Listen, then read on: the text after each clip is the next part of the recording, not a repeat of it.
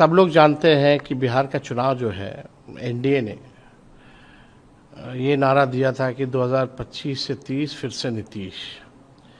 और जिस तरह से चुनाव हुआ, बीजेपी के घटक दल भी सब लोग जानते हैं, एनडीए के सभी घटक दल, कि किस हिसाब से तंत्र मंत्र पूरा सिस्टम लगा करके चुनाव हुआ। और उस समय भी हम चुनाव में भी घूम करके कहते थे कि नीतीश जी को भाजपा के लोग जो है हाईजैक कर रखे हैं और इनको दोबारा कुर्सी पे बैठने नहीं देंगे। और हम ये भी कहते थे कि महाराष्ट्र जैसा जो है रिफाइंड तरीके से बिहार में इस चीज़ को लागू किया जाएगा। और हमने कई बार भी कहा कि 6 महीने से ज़्यादा इनको कुर्सी पे नहीं बैठने देंगे। भाजपा जिसके साथ भी रही है उसको बर्बाद करने का काम किया है। और भाजपा तो आप जान रहे हैं कि ओबीसी, दलित, आदिवासी विरोधी पार्टी है। वो नहीं चाहते हैं कि भाई बिहार में ऐसा नेता रहे जो ओबीसी और एससी एसटी की बात करता रहे।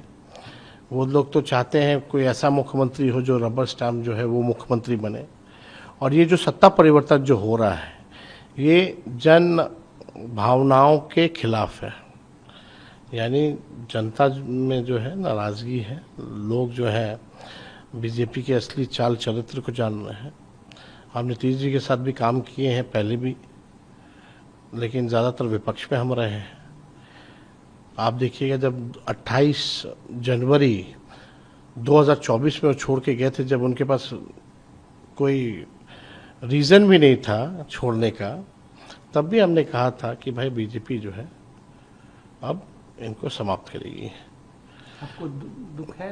तो हमारी पूरी सहानुभूति है उनके प्रति, और जो भी उन्होंने बिहार की सेवा की है उसके लिए हम जो है उनको धन्यवाद भी देना चाहते हैं।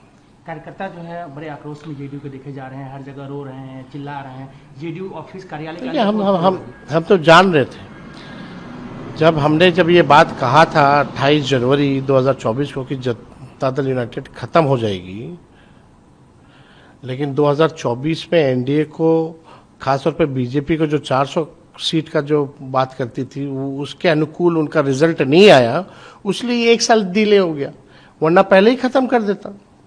आप उस स्टेटमेंट को उठा के देखिए।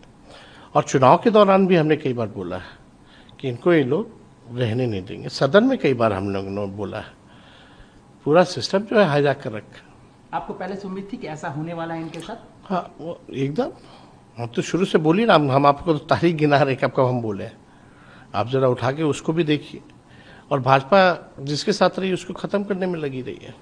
इसका एग्जाम्पल एक है महाराष्ट्र में, अगर देखा जाए तो भी हमने इसलिए कहा था कि महाराष्ट्र में जो हुआ, शिंदे जी को आगे करके फिर जो है भाजपा ने अपना मुख्यमंत्री बनाया, तो उसी को रिफाइंड तरीके से बिहार में इन लोगों ने काम किया। काम वही किया, तरीका अलग। इसमें बीजेपी की या कह सकते हैं कि जेडीयू के ही कई नेताओं के नाम आ रहे हैं जो उनके कार्यकर्ता हैं, चिल्ला रहे हैं, तो क्या आपको क्या लगता है? देखिए, सब जान रहे हैं, हमारे प्रदेश अध्यक्ष भी कहते हैं कि सारे 3 आदमी हैं वहाँ। अब 3-4 उधर हो, जो लोग भाजपा के सामने मस्तक हो गए हैं, कुछ लोग भाजपा से जो आए हैं वो तो बर्बाद कर दिया इनको।